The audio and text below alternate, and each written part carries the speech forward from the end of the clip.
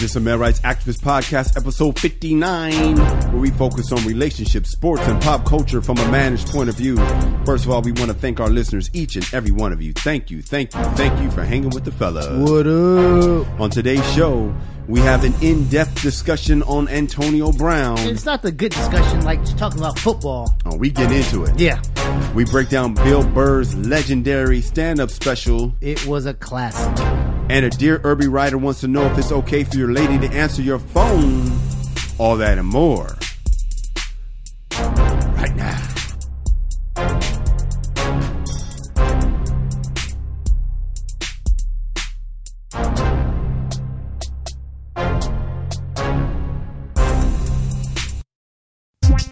Check, 1, 2, 2. Check 1, 2. Check 1, 2.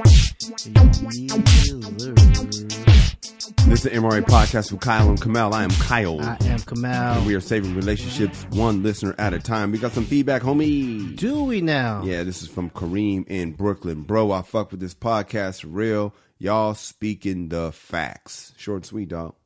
Yeah, can't argue with that. We are speaking the facts. Yeah, we are, man. Yeah, we appreciate that he's fucking with us. Yeah, I mean, you know, I appreciate that our audience is growing, that people are liking it, they reaching out to us, telling us how much they love it, and I appreciate it. If you guys want to tell us how much you love the show, hit us up, man, at Kyle Irby, at Angry Kamal, at the MRA Podcast. And when we come back, it's time to save a relationship, Kamal. Cool. My boy Fat B gave me some advice that actually worked. All right. Hey guys, I want to take this time to ask you to subscribe to The World According to Cheryl. That is Cheryl Underwood's podcast. It's hilarious, and I'm on it. Come on, I had to learn from boy Pastor Braxton. Had to sit me down, man. Between you and my boy Richard, y'all the ones who help navigate me through relationship high waters. Okay. You always tell me I should apologize, or maybe I'm going too far. He definitely tells me to apologize. I usually it takes me a while before I realize, all right, man. So it takes two. It's like Yeah. some people have the good angel and the bad Nah, guy. I need two good angels. Need two motherfuckers Yeah. telling you to do the right thing. Yeah. Because I'm not listening at first. When you say it, I'm still mad. Because you catch me early. I catch you in Mid heat. Yeah. In the thick of it. Yeah. Okay. You know what I'm saying? You come by, we get in the studio. I literally just got done going to battle.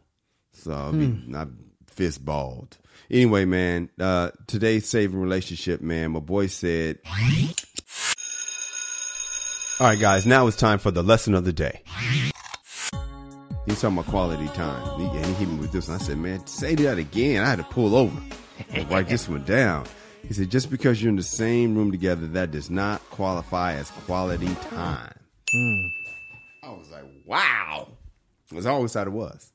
Because when I'm busy, you know what I mean? Like, like if you're like, let's say she's reading a book Yeah. and you're writing jokes. Yeah. You consider that quality time? Well, I would never write jokes. I'm just saying. Yeah, in the room with her. But yes, in my mind, yes, because I'm not gone. I'm not at Starbucks.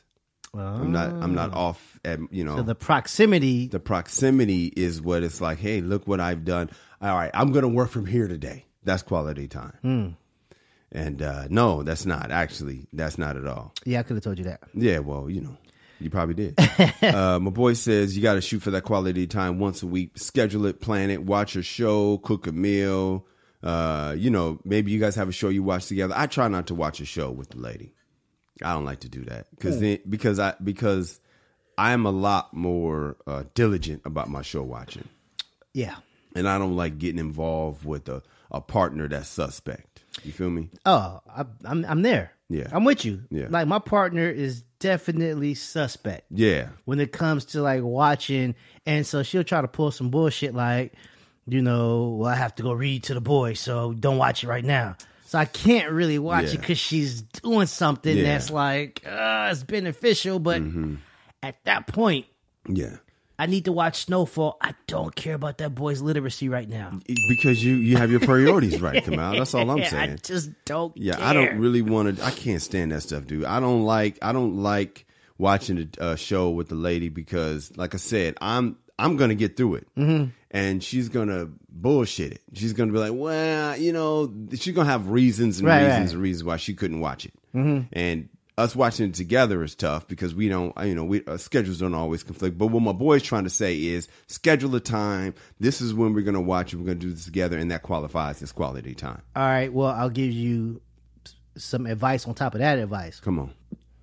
Whatever show you're going to watch with her, make sure it's not a show that you absolutely love. There it is. That's what I was going to do the other day. Yeah. She introduced me to some show that she liked, some Working Moms or something, whatever. Working Moms, I think it was called. Yeah. I tried not. I was literally trying not to watch it because I was like, if they engage me, I'm gonna be watching, and then it's gonna be our show. Vomit. I don't. No, thank you. It's got to be a show. But it would have been perfect because it would have been her show. Yeah. See, it shows that I love. Mm-hmm. Oh yeah. You won't even let your wife. No, I'm saying, but we watch together. Oh, okay. Snowfall, Power, the show on HBO, The Deuce. And so, like, here's the thing. If we're, like, beefing. Which is once a week now. Yeah. Yeah. If we're beefing, I can't watch the show without her. That's what I'm saying. So now, this beef is, like, fucking up my shit. It's fucking up. That's my point. That's another problem I have. We can't go 2 weeks without beef. Yeah, I can't tell you the last time we've been 2 weeks of harmony. Yeah. So I'm like, dude. Because I don't want to be nice. Like, you want to watch Snowfall? Yeah, nah. Because now I gotta squash the beef just to watch the show. Nah, let the like D.L. Hughes said, keep the party going. Well, y'all know normally I don't do this, but yeah, man. Yeah, man. We come back. We got to go into the front page of our lives, man. We got to talk about these Denver Broncos and these Raiders. And also, man, I got to tell you, man, the pleasant surprise I got when I went to my son's football game. This is an MRA podcast. Yo, Kamal. What's up? I finally finished my album, dog. The one you did in 2013? Yeah, man. I know, man. A long time ago, man. But I said, you know what? I'm going to finish this album. This thing is coming out. Eventually. You got to finish. You can't give up. I can dig it. And eventually it's finally here. Eventually it's finally arrived, man. And I was listening to it, man. This thing is funny, dude. Okay, it's not dated. No jokes about Chingy or nothing like that. There is some dated jokes in there. Like there's a reference to, it was before Michael Sam came out. Because it was like a reference to gay athletes that came out. And I was like, wow, that's dated. Okay. But the juxt of it is everything's good. Bruce Jenner still. Yeah, Caitlyn. He's Bruce. He's Bruce. I don't talk about him, but he was Bruce. Yeah, I used to have a Bruce Jenner joke. He was Bruce, and this when I recorded this. But no, it's ready, man. It's out. Okay. It's funny, man. Check it out and get it on iTunes right now. It's called "Be a Man at All Times." Kamal, play the sad music, please, DJ. The Broncos are 0-2. Now, last week on the show, you was talking shit that you guys would win. I think you said 10-9-7 or something like that. Something like that. 9-10, something like that. 10-6, 9-7. I think you said 2 wins are going to come against the Raiders. Yeah. Well, the Raiders are in second place in the whole NFL. You guys are in last place right now. In the entire league, you guys are in last place. You are all defeated, 0-2. Your first loss came from my Raiders. That was so sweet on Monday night. Yeah. The Raiders tried to beat the Chiefs because the Raiders are a team now. After Hard Knocks, we got a good running back now. We got rid of Antonio. The Raiders are ready to be great. What the hell's going on with your Denver Broncos? Come on, help us out. Well, okay. I got a little insight on this. You can turn the sad music off. Yeah. I got a little insight on this, man. So that first week against the Raiders, I know for a fact the team didn't take that game seriously. Of course not. So that week when they were supposed to be practicing and like watching film, they went on a retreat to Vegas. They was hanging out and stuff like that. Yeah, they was hanging out. So I'm hearing that they're unprofessional. Got it. Yeah, because it was a glorified scrimmage. They thought. Yeah, of course. You know what I'm saying? But the Raiders came to play. Yeah, Raiders came to play, man. That was the Raiders Super Bowl. You know what I'm saying? Oh my God. That was a Raiders Super Bowl. Like when my Trojans lost to BYU and they stormed the field. Yeah. That's a bitch ass shit. Yeah. Dude. When you lose to a team that storms the field in a regular season preseason game, third game of the season, dude, that's a preseason game, guys. Yeah. But they never beat the Trojans, so it just vomit. Go ahead, man. Yeah, so that's what that is. And as far as like the second loss, man, it was a heartbreaker. Field goal at the end of the game, man. I got to give it up to the coach. That was painful. I was cheering in my car. Yeah, big balls on the coach, man. Yeah. We could have went for the tie. Yeah. We scored a touchdown with like a minute to go. We could have went for the tie, kicked the extra point, tied the game up 13-13. But the coach says, to hell with that. we gonna win We this here to game. win, yeah. We went for 2, and we were up, and all we had to do was stop these guys, and we couldn't pull it off, man. So I'm on the to your phone. D, man? Yeah, I'm on the phone with the organization, man. Okay. I'm thinking we're gonna have to start making some changes. What Heads happened to the gonna D? I roll. thought you guys were known for your D. What happened? I don't know. I think Who's gone? What happened? man, I think the D is still there. I think these guys are still in that retreat in Vegas. They're just not ready to play. Yeah, they're not ready to play right now, man. Man, It's embarrassing. bad. It is embarrassing. You guys are horrible. But shouts out to the Raiders, second place team in the whole National Football They League. got their ass Hey, listen, thumped. we were in the league for a while. Like a against the quarter. Chiefs. Yeah, that's a good start.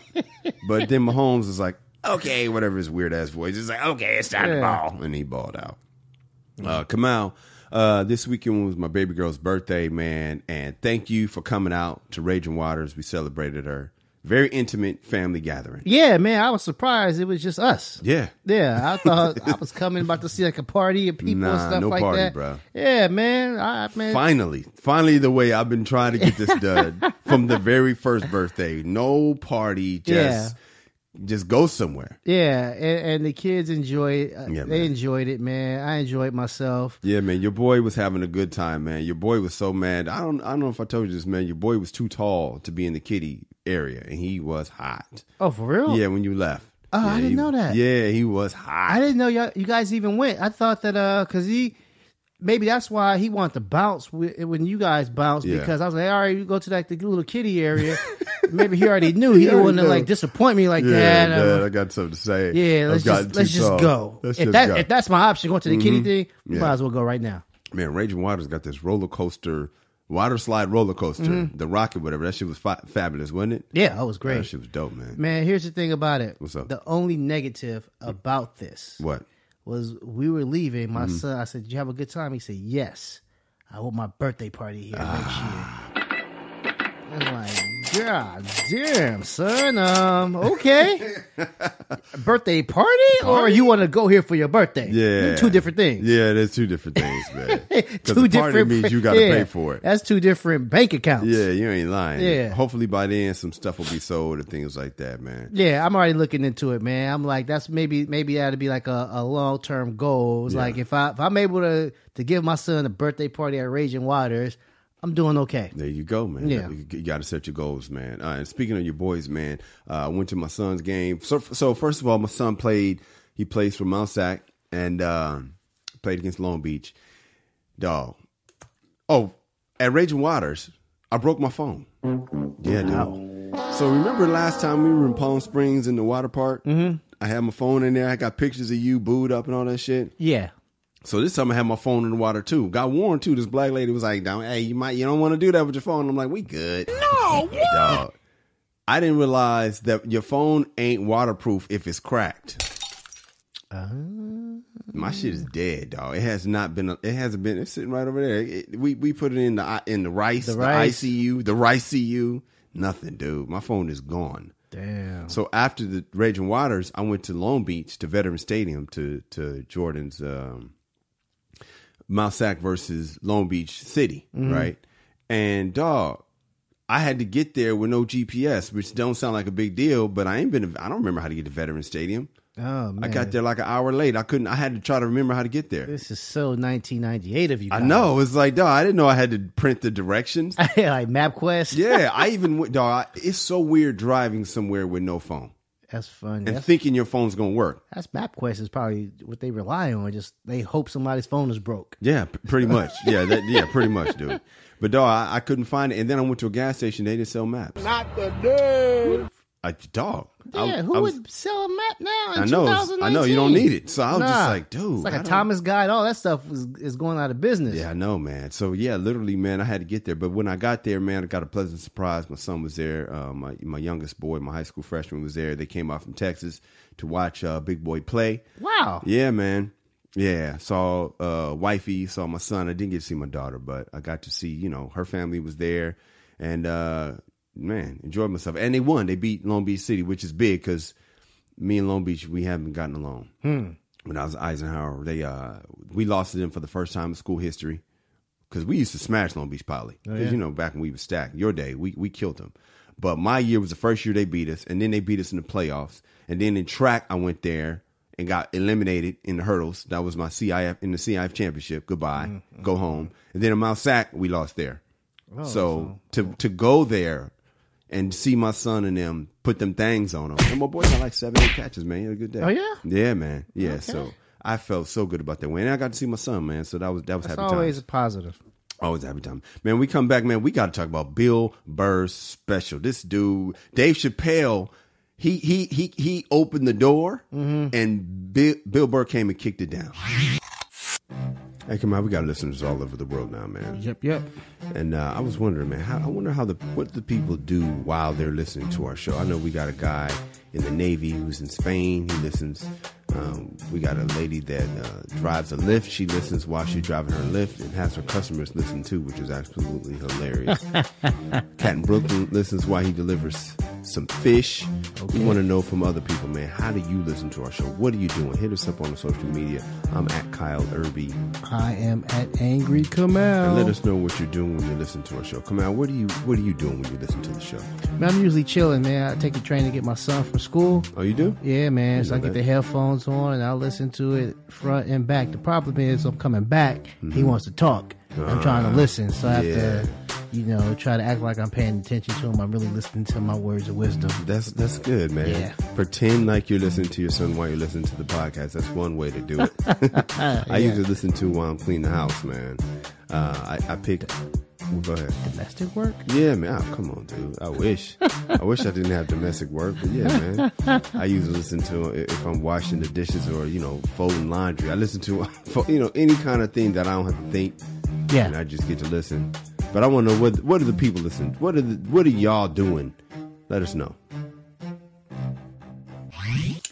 Kamal, Bill Burr's new special is fire, dude. Yes, it is. Oh my God, I loved it, man. MRA approved, man.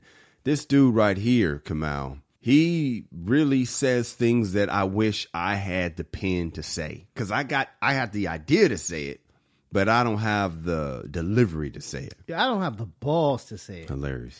I mean, that's the thing about it. It's like our podcast keeps it real. Yeah. The Dave Chappelle and the Bill Burr specials, those are like some stand-up specials that keep it real. Yes. And with Bill Burr...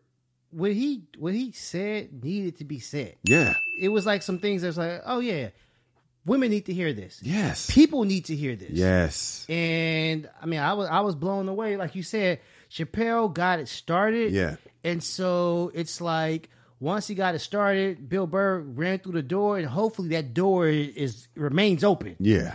So we don't have to go back to this cancel culture and this PC stuff, because I know a lot of stand-ups were complaining about it doing like the college circuit. Now, it takes established guys who are very, very secure and have already a bona fide, loyal, and huge fan base to pull this stuff off. Yeah. You know what I'm saying?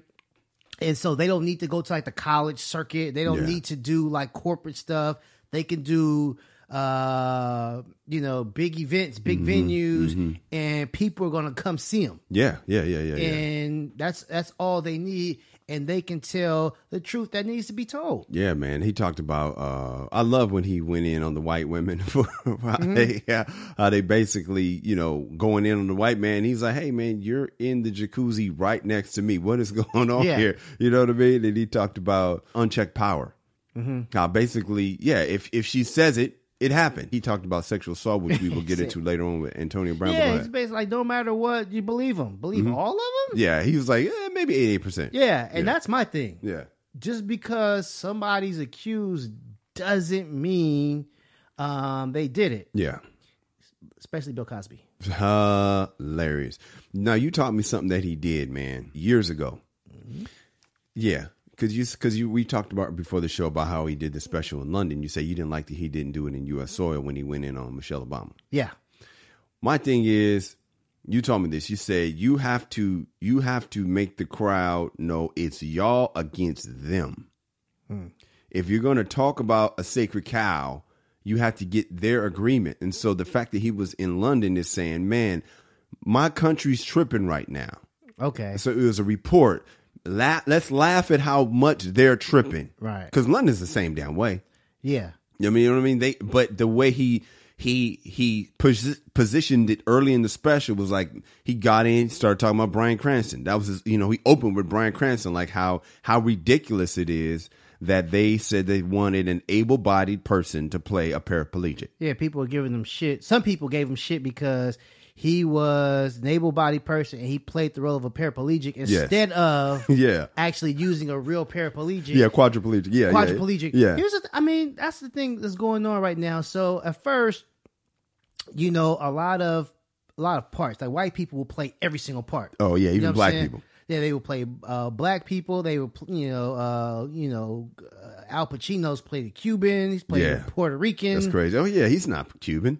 He's Italian. Oh my gosh, he's played Carlito, who was Puerto Rican. Tony Montana, like two of his 3 most iconic roles, different nationalities, right? That's funny. And so now that shit don't fly. No, like if you go see the Aladdin movie, those people. Persian. Yeah, as they should. They got to go find the Persian actor that can pull it off instead of getting some hot young Disney guy. Yeah, exactly. White guy has got a fan base. Like, nah, we just have to. We find somebody. We just got to find somebody. Yeah. And so it's gotten to the point where it's like, not only does like the actor have to have that, be of the ethnicity of the character. Yeah. Now they want those cast to actually be of the same disability. Yeah. But I loved it because basically Bill Burr was like how ridiculous it is that you have to be quadriplegic to play quadriplegic. He said that's literally like watching a movie and saying, why didn't you have a murderer play a murderer? Which is exactly what I'm talking about. Or he said, how come that guy he shot, I saw him in another movie. It's just basically like, I thought he was dead. Like, dude, it's called acting, guys. Yeah. I mean, the dude he's at that master level of comedy. Yes. Where not only is he going to say some stuff that's a little controversial, he's going to make you laugh, because that's a comedian's job, but he also makes you think. Yes. And see, for me, I like comedians that take something that we all kind of know about and just looks at it slightly different, like a different perspective. And those are the ones, to me, those are my favorites. I like the jokey guys that, as you mentioned, Rodney Dangerfield. You know what I'm saying, who just get up there and just tell silly stories that, not grounded in anything. That's why, honestly, I'm not as far as stand-up goes, you never hear me say like Eddie Murphy's like one of my favorite stand-ups. He's a star. You love him. He's the greatest comedian he's funny. I've ever seen. But as far as like him on the stage. Jamie Foxx, same thing. Yeah, it's like him talking about, his father, like we ate the toys when we were little. It's like, okay, that didn't happen. Yeah. You don't like that abstract, silly stuff. No, I like almost to be like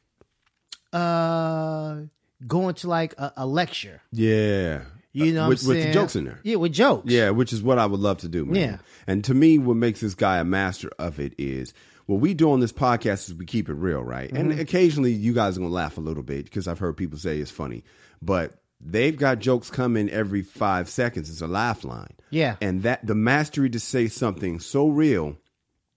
And a lot of their punchlines are truth. Like he goes into talk about Michelle Obama. Now, the minute he talks about Michelle Obama, he knows he can't talk. Everybody loves Michelle Obama. She is, American royalty. We love her, especially black people. You can't say nothing small about. As a matter of fact, you can kind of take shots at Barack Obama because he was the boss. Yeah. But her? Yeah. But the way he did it was so slick because he got her with a compliment. He basically said, President Obama went in 41 and looking 41, came out looking 75, and Michelle came out looking younger because she wasn't working. His whole thought was, how you gonna go on tour with a book tour when you didn't work for the last 8 years? Basically we talk about that. We've talked about this, like the spouse. Yeah, you know what I'm saying, getting just as much love or even more love than the person who's actually done the work. Yeah. One of the things that really bothered me. About what? No, but not about the special. It was a few years ago. A few years ago, we were watching something. It was like some award show or something like that. Yeah. And Medgar Evers' wife came out. And they gave like a standing ovation. like Merle Evers, whatever. Yeah. And she's, remarried, obviously. Yeah. But she's not Merle, whatever her new guy is. Merle Evers. Oh, wow. This last name. Like, I'm still going to rock that Evers. I'm going to rock that Evers. New dude, you just going to have to understand. You're gonna have to, you just going to have to understand. I can't drop this Evers. And like, this is my claim to fame. And she got like the standing ovation. Everyone was, a long ass standing ovation. It was like, and I'm like, I'm not familiar with their work. I'm really not familiar with Merle Evers. Can you refresh my memory of why? Dude, I went to the UCLA game. My daughter used to cheer there last year. Under junior cheer, whatever, 5-year-old bullshit. And it's Nell and John Wooden court. And I'm just like, what? That's John Wooden, the legendary greatest college coach of all time, and his wife. And I'm just like, I don't understand that. I don't get that. Well, she had to sacrifice, and no, this guy's mind was exceptional. Right. And what I love about what Bill Burr said is, feminist, you're mad, but you're going to be mad when there's a woman president and her husband gets up talking. Yeah. Because you're going to tell him to sit down and shut up. And see, I am equal opportunist. Like Monique's podcast. Yeah. I don't hear shit from her husband. As you shouldn't. Yeah, like, who the fuck is this guy? Yeah, you shouldn't. Like, why the fuck is he sitting right next to her? Yeah. Not like off to the side and the camera's panning over. He's sitting right next to her, chiming in and talking. On like, the podcast? Yeah. Oh, he's on the podcast? It's like her and him. You know what that drives me crazy is, and I'm sorry, I know I just shot out my boy. I don't know if it's a podcast, but it's like, whatever it is. Yeah, the video. Yeah. I always wonder, like, when I see, like, a pastor and his wife, as the picture in the church, I'm just like, she's not a pastor. And they give her the title. This is Pastor William, Pastor Williams and Pastor Lisa. It's just like, he's a pastor. Did she go to seminary too? Because I don't think she did. Is she leading the women? I always think like, wait, why is that? Yeah, man. I don't understand that. Yeah, I don't like somebody else getting some shine off their spouse. Their spouse, yeah. Yeah. And so the way he did it is mastery. The way he did it and to make it funny is really hard to do that without offending the crowd. And he did it. And it's it really, really hard. As a guy who does like social commentary, especially like in my sketches, yeah, it is extremely difficult to say some real shit and make it and throw jokes in there without taken away from your message. Yeah. It's really, really difficult. When you can pull it off, man, like we said, you are a master at your craft. That's what makes you special, man. We got to come back. We're going to talk about a master at the wide receiver craft. His name is Antonio Brown. He's one of the greatest wide receivers that have ever played. But I'm going to tell you right now, I'm not a big fan of what I think he's doing off the field. I'm an MRA, male rights activist, and I usually defend the dude, but I don't know if I can do it this time. You hear when we come back. It's the MRA Podcast. Can I have your attention, please? We are trying to start a movement. You heard that right. We're starting a movement. We're doing something different here at the MRA Podcast. We vibing with y'all. You know what I'm saying, fellas? You know what I'm saying, ladies? It ain't just fellas that listen to the show. Matter of fact, it's majority women, but it's all good. I know you know somebody that fits with what we trying to do over here. So all we need you to do is send it to them. Tell a friend. You know what I'm saying? That somebody know how we get down here at the MRA show. It's really called the podcast, but I just wanted to rhyme no and show. Kamal, this show was based on me defending dudes. Yeah. Especially athletes. Started with Tiger. No. Tiki Barber. Started with Tiki Barber. Tiki Barber. Yeah, I remember that one. Remember that? Episode 1. Yeah, episode 1. The male rights activist, whatever we called it. Yeah, well, I don't know if it was like a Kyle web series or a YouTube series. Yeah. You defended Tiki Barber for like getting like caught cheating or something. Yeah, one of them women, whatever. And then Tiger, which was episode 2. And episode 1 never aired. Remember, because the dude said he'll get to it when he get to it. That was your point. Yeah, he said I'll get to it when I get to it. And I was like, okay, I need to learn how to edit. Yeah, that was the day. Thanks to that dude, man. Yeah, I edit the podcast here, and I learned how to edit. Well, I learned at Southern. And plus, he wasn't good at taking notes. He was like, I know what I'm doing. I've been doing this for years. This is the way it should be. And you're like, no, this is where I want it. This is better, guys. Okay, we're done. We are done. Anyway, so I always defend the dude, man, but I asked you to read the entire lawsuit of the Antonio Brown case. And I'm just going to tell you right now, man, I watched him on Hard Knocks, and I want to hear his side of the story. Let me make myself clear. I want to hear his side of the story. It's not fair. I remember when I used to watch the People's Court, right, back in the day.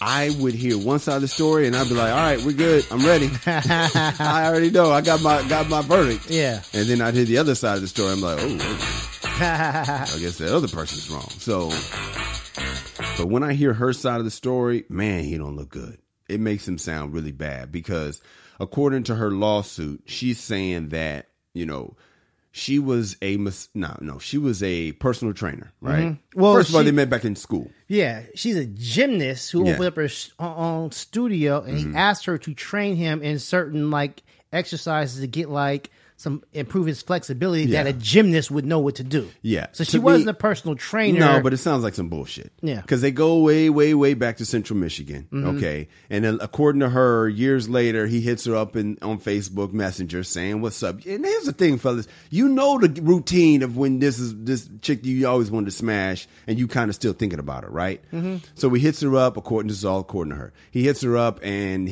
she's, he's like, hey, what's up? Send me a picture. She sends a picture and he allegedly says, no, I want to see a little more skin. And she shuts it down. Mm-hmm. And then later on, man, sorry about that. And he allegedly hits her up like, yo, let me, I want you to train me. Cause hey, you're an expert at this, that, and the other. Whoop-de-whoop-de-whoop. So then, they work out a deal according to her, and she's supposed to fly in. He gets her a hotel, and she's going to train him. Well, apparently, next thing you know, there's no hotel. You can stay at my house. I got plenty of rooms. I'm rich. I'm a baller. Mm-hmm. And then one day she's in the bathroom, and according to her, he walks in, and he doesn't have any underwear on. He's dick out, naked. Mm-hmm. She screams, uncomfortable, whatever. I'm not sure word for word if this is when they ended, but they ended because they kept ending or every time he did something. Didn't end. They didn't end. Okay. No, they didn't end. They didn't end. She tried to be, she said she can look past it, told him to knock it off. Yeah, knock that shit off. And then that's when, one time, is that the Miami thing next? Because they go to Miami. Go ahead. Yeah. Is that the one he's training her? She's. The second incident. Yeah. Second incident. They're watching, according to her, a church video. Yeah, and she's like, I don't know, she's kneeling. Yeah, and he's looking on a tablet. Yeah, looking on a tablet, and he allegedly jacks off on her back. Yeah, he finishes on her back, and she noticed, she just felt something wet on her. Through her clothing. She's like, ew. The exact quote was, ew. While they're watching a church sermon, allegedly. Yeah. Come on, nigga. Dog. It just, that kind of arrogance.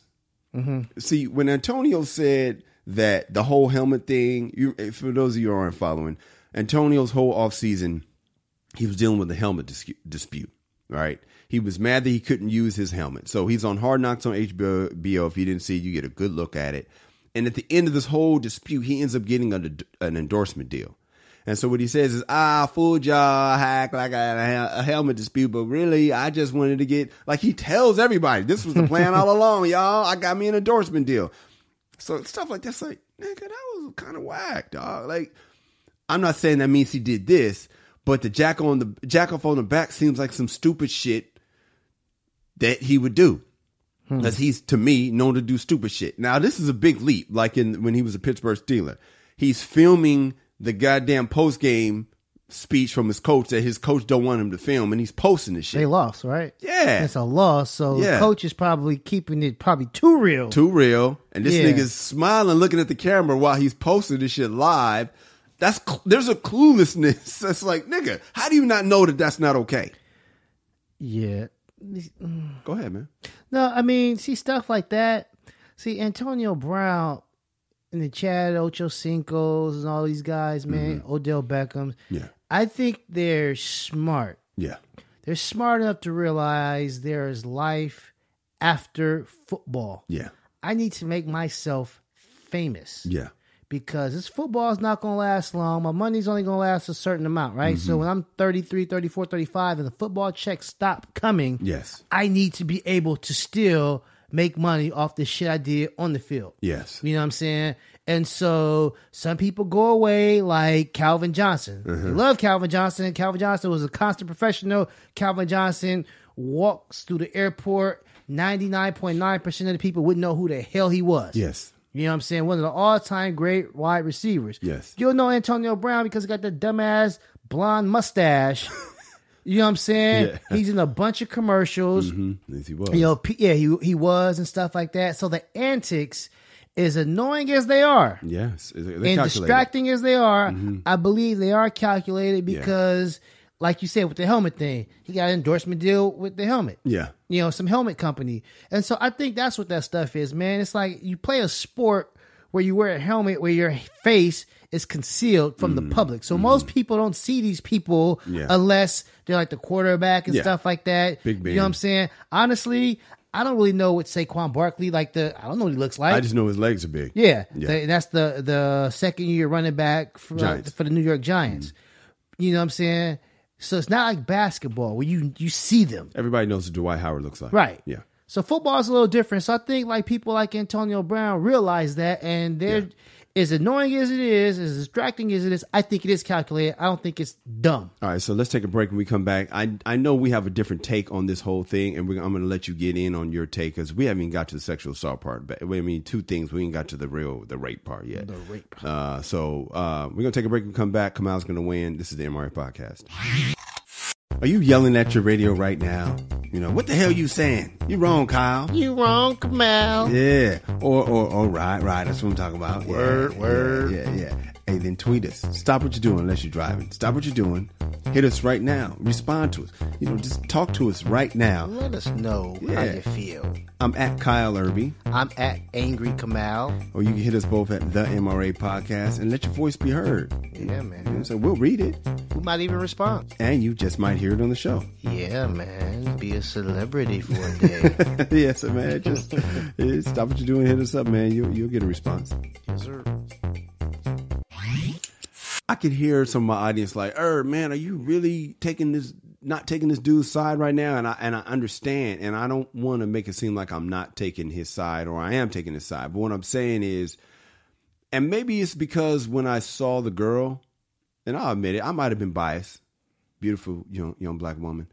She didn't seem like the typical, we was out partying and, and then I told her, I didn't really tell him no, but I meant no. Like, nah. This doesn't feel like that. This feels like a kind of story where he has a crush on this girl for a while. She's a wholesome young girl. She's a gymnast. You know, she's working 40 hours a week on her craft as a high schooler doing 2-a-days. Like, this don't seem like the trying to come up thing.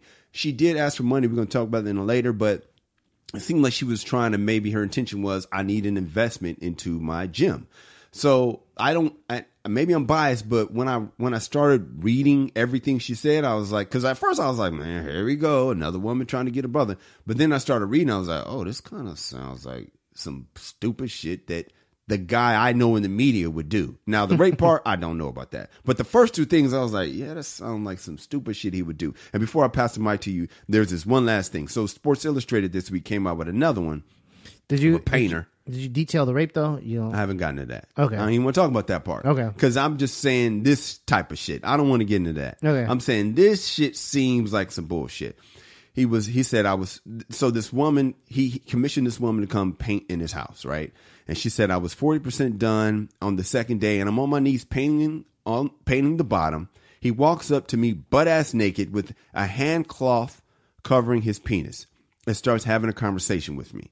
All right. She took it as a clear sexual come on. Unfortunately, I've been tried by a lot of men a lot of times. So I just kept my cool and kept working. So the fact that two separate women are saying that he's the dude that's going to walk in ass naked, in my opinion, that's the move that makes the draws drop for the normal woman. In my opinion, he walk in naked, business is over, and we gets to fucking.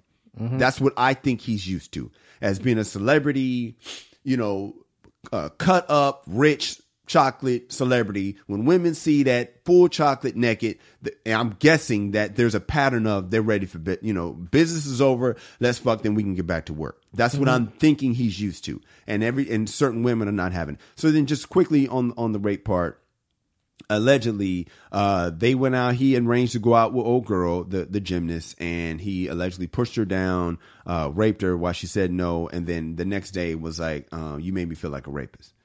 And I'm just like, damn, nigga, that sounds like somebody who's tone deaf that would say, man, yesterday you made me feel like a rapist. What's up with that? All right, I did say I was passing the mic to you. How you feel about this, dog? Well, okay. Here's what I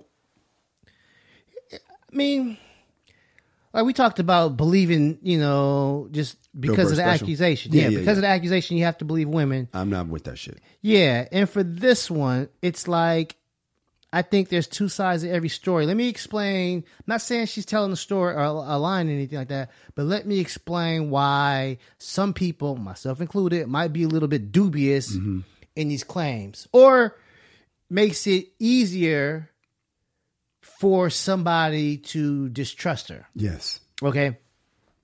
So I read the lawsuit. Yes. The whole damn thing. I read the whole damn thing. And they have parts in this lawsuit that make her just seem like she's just angelic and a good person. Yeah. Like her intentions when she opened up her studio and stuff like that, she wanted to, give back to the youth, especially African Americans, and she wouldn't take money. Oh, I'm sorry. Some people got a scholarship. She wouldn't take their money. Your money's no good here. Yeah, if they couldn't afford it, she basically covered the cost of like the people who were less fortunate and stuff like that. Just makes her out to be like Mother Teresa. Yeah, which is a red flag. Yeah. And so, because to me, that had nothing to do with the lawsuit. Yeah, but it definitely worked people like me. Yeah. It worked on me. It had nothing to do with the suit itself. Basically, but they're painting her as this angelic, hardworking gymnast, which I was just, and she's a black woman, so I'm just like, hey man, she don't sound like no groovy bitch, Antonio. She don't sound like no stupid ass dizzy half naked, whatever. She don't sound like what you sound like you making her out to be, bruh. Yeah, go ahead. And so that one's like, I find that unnecessary. Yes. When Antonio Brown asked for a pic, a picture, and wants like to see more, right then and there, he shot his shot. Yeah. It's clear. He's trying to smash. Yes. This is not a, hey, what's up call. No. This is, hey, what's going on? What's cracking? Yeah, I remember you from way back. And you look good. Yeah. Yeah. What's up? And so for her to take a job thinking it's going to be on the level, she has to know this man is going to continue until, and she's not shooting him down. She might be. Well, it don't matter. She's still taking the job. In the lawsuit, she says she pretty much ignored it or whatever. Yeah. She just didn't respond. So she did not shoot this man down. Okay. Right? And then so when he comes in just like with balls out and stuff like that, and she covers her eyes, that right there, for a lot of people who are not feeling a person. That's it. I'm done. That's where we stop. We're done. We should be done right there. It gets worse. It keeps getting worse. We are done. Yeah. This ain't gonna work. I'm here to do business. Yeah. And you playing. I'm done. I don't need this. I would liken it to a dude. If a dude is getting come on, he's not gay, and a guy keeps pulling his penis out. I'm not working here no more, I'm good, bro. Man. Yeah. You know what? I'm good, dog. I got my own studio. Yeah. I don't need this shit. I don't need this shit. Right. And so she continues. And then when he ejaculates on her back, allegedly, not he bragged about that shit. Yeah. I thought in that text or that Instagram, whatever, I thought he was saying I'd nut on your back during sex. I didn't know he meant I nutted on your back with clothes on. Yeah. So for that one right there, and she's like, ew, that like, what the fuck, nigga? Did you just jack up on my back, nigga? Because like Bill Burr said, like, there's two types of no. It's two types of no's. Yeah, which was ballsy, dog. It's two types of ews. That's true. You know what I'm saying? Oh, you stop playing, Antonio. Dude, I've heard the yuck. Yeah. The sexy yuck. Yeah. I've never heard the like, what's up? Yeah. I mean, yeah. There's two types of ews. Yeah. And so and that was a quote in the lawsuit. She said, ew. Yes. And for whatever happened, she stopped doing business with him, and he lit her up in the text. Mm-hmm. And it's honestly, man, it's rife with fucking misspellings and but not the point. Grammar. Not the point, though. Man, it was embarrassing that they're putting this shit out there because it makes this motherfucker look like a straight athlete. Yeah, idiot. Like not student athlete. Yeah, no, just athlete that happened to be a student. Yeah, all right. He couldn't wait to get out of school so he could go to the practice field. Yeah. And then after that shit, man, after he lit her up, called all types of bitches and hoes and all that stuff, he's contrite. He apologizes. And she agrees to come back to work for him. That's ridiculous. And then they go out, they're hanging out, and she knows his behavior. Yeah. And she says that they was all hanging out, and then they're in Miami or something like that. He invites them all out. He comes back. I mean, she comes back. She drops everybody off because I guess she had the car, and she comes back in there to get some stuff, some belongings, and to get some food. And that's when she was on her way back to her hotel. She has to say that. Yeah. But she has to come in for a little bit. Yeah, of course. To get some food. And then that's when the alleged rape happened. And then when she left, she said no one came to her rescue. Red flag. That means nobody saw her in distress. So she can say, no one saw me. Like, it wasn't like she walked by the other guests. They saw she was just chilling. Nobody saw me. I collapsed. And then I picked myself up and walked out. So nobody saw her leave. So they don't know what type of state that she was in. And then she got in the car and she said she fell asleep. Again, nobody saw this. Like the cops didn't pull her over and all that stuff.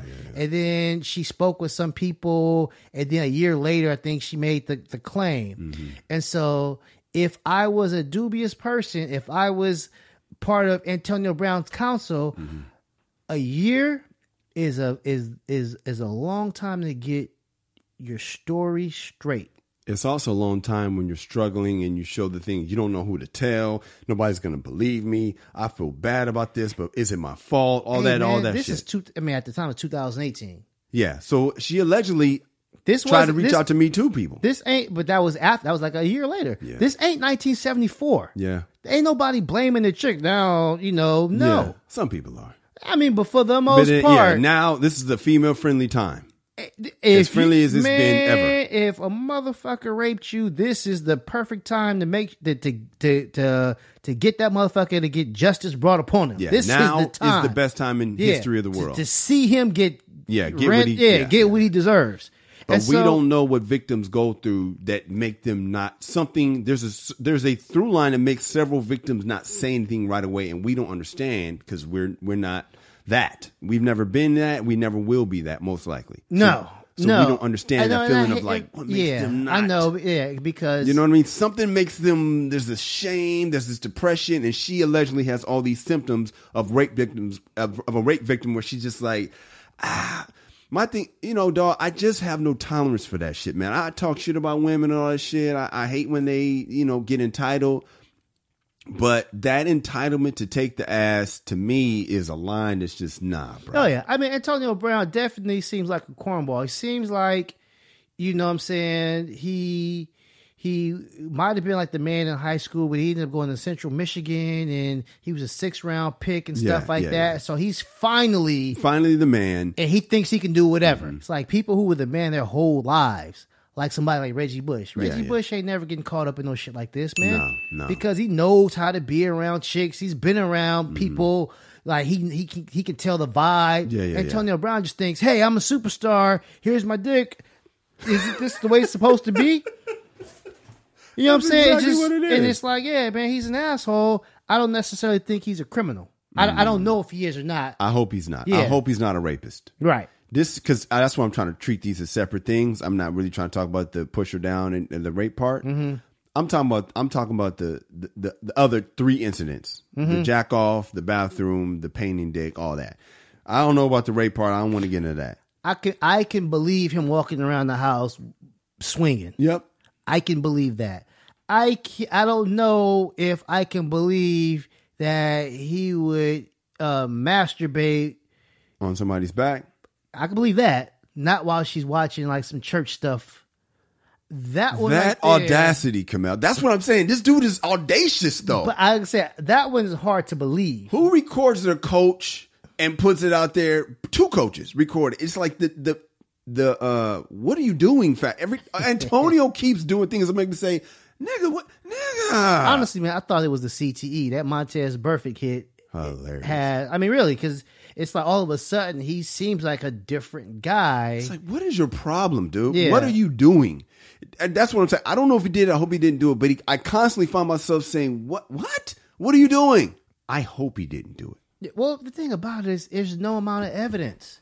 Yeah. I just hope he has something to prove that she's trying to shake him down. There's no amount of evidence that can exonerate him. It's basically, you know what I'm saying, her word against his, and she didn't take it to the police. Even a year later, the statute of limitations for rape has to be longer than a year. I'm pretty sure it's longer than a year. Yeah. Or two. Yeah. This is a lawsuit. Yeah. This is a lawsuit. And so, honestly, let's say she's awarded. I don't think he should be penalized for getting sued because she didn't think it was, I'm not saying she didn't think it was important enough, but like no DA is picking this thing up. Not yet.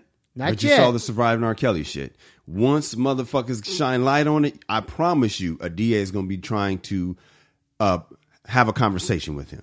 When we come back, man, it's time for our Dear Irby. Such a weird transition to go from something so heavy, but we got a silly one today, man. Hopefully this will lighten the load a little bit. It's the MRA Podcast. Hey, if you're enjoying the podcast, do us a favor. Tell a friend. That's it. Costs you nothing, helps us out, and gives your friends some entertainment to make that commute a little easier, or gives them some company on a workout, or while they're cleaning the house so it helps them out. Helps everyone out. All right, so please subscribe, leave a positive comment, and share. Let's get into this Dear Irby letter. Let us. Dear Irby, I got a silly one for you. Check this out. I called my boy from college, and his wife answered his cell phone. She loves to have that kind of power to monitor his business. She's always been the type of woman to want to know every detail of his life. And if I'm being honest, it works my nerves. Is that normal to you? I've never known a man to let his wife answer his personal phone. But am I off? And what does it mean if your wife answers your phone? Take care, fellas. Love the show. Dominic in Dallas. Come on, what you think, dog? My wife will answer my phone. I leave my phone around because I'm not doing no dirt. Got nothing to hide. So she'll answer my phone, not just answer. Hold on. You just put niggas on blast and don't let their woman answer. Hold up, bro. You say that niggas like me got something to hide, dog? Is that what you are I'm not saying that. insinuating? I'm saying that's why I'm not tripping. Yeah, okay. You know what I'm saying? But she's not answering my calls. Let's say like you call. Yeah. She's answered before. If the phone is like closer to her, she picks it up like, oh, it's Kyle. And I'll be like, go ahead. You know what I'm saying? She doesn't answer without my permission. She just doesn't answer because I might have you on the screen. Like, I don't want to talk to that nigga right now. You know what I'm saying? That nigga go rub in my Bronco loss again. Yeah, I know, right? So she'll do stuff like that. But as far as just answering all the calls, just answering his phone, it's like, hello, who is this? Oh, let me go get him. Like, nah, I do think that is a problem. Now, here's the thing, man. It's 2019. Like, nobody has like a home phone. But if this is, you know what I'm saying? If this is 1995, this isn't a problem. You call the house. Of course. Wife answers. Yeah, but in 2019, this basically, you're calling his personal phone. You're calling specifically for him. I'm not calling for you. Yeah. Why are you even answering this phone? I definitely think it's a problem, man. She definitely, I don't know if it's a huge leap to she needs to be in control of all details of his life. She could just be nosy. I've definitely been with nosy women before. You're with one now. Yeah. Who was that? Who are you talking to? Oh, God, I've heard her say that, and I just sit there boiling, Cabal, shaking. Like, what? What does this do? Yeah, what does this do for you? Yeah, what does this information? Come out. Who's that? Yeah. Knowing this information right now, what does that do for you? It's none of your fucking business. Oh, yeah, mine is real nosy. If I'm laughing, what are you laughing at? We're laughing. What was that? What are you thinking? Like, God. She's actually asked me, what are you thinking? I know, I've had that. If I'm laughing, what was that? I like, nigga, just can't be out of my shit. Can I have a private thought? Yeah. Is everything shared? Everything is shared, man. God, it drives me so. Do you answer your wife's phone? She tells me to. Oh, okay. I'd be like, if again, it's your sister, or it's such and such, and she'd be like, "Well, answer because she's in the back. She needs me to answer so it doesn't go to voicemail or something like that." Okay. But for the most part, I don't pay attention. Yeah, okay. Now you were saying about your boy changing. Oh yeah, your boy's gonna change, man. Like you remember him as the 18, 19-year-old single guy going out to the club, y'all doing the phone number game, who get the most numbers, and now he's a responsible family man. Yeah. And so when you call, shit's changed. You don't really. It's very uncomfortable. When we come back, I'm gonna weigh in. Hey, what's up, y'all? If you like this show, you want to help us offset some of these costs, man, you feeling the need to donate, then do just that. Go to www.patreon.com and make a donation to the MRA Podcast. That is the MRA Podcast with Kyle and Kamal. You can find us at Patreon. Or you can catch us in the street and just be like, hey, man, I love y'all. I want to bless you with some cash and put some dollars in our pocket. You can do that. Or you can hit us on Venmo. Find our names and just, bless us with dough on Venmo. Or you could pray for us. Do that too. But we prefer cash. Kamal, I read this email because it's close to my heart, man. It absolutely boils me when a woman answers her man's phone. It drives me crazy. It's like, that's not your phone. I know everything has to be we with y'all. That's not your phone. That's his phone.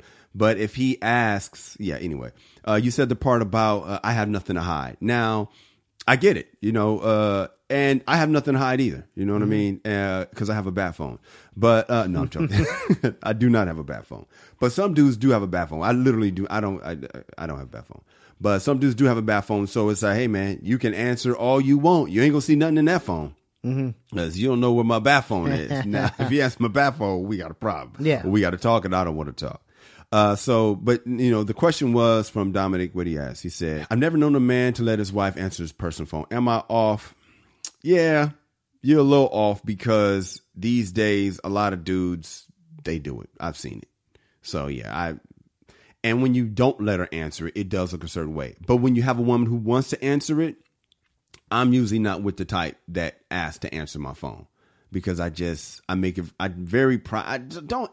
drives me crazy. You know what I mean? And I just don't like it. Sometimes, I used to keep my phone face down, but I realized I was sending a message. Oh, definitely. Yeah. I used to keep my phone face down, but I would turn her phone face down too. Like, that's not my business. I wouldn't even answer my phone. Yeah. With my first wife, we're chilling watching TV, my phone rang. I don't even look down there. I just keep watching TV. Hilarious. You answer that? Nope.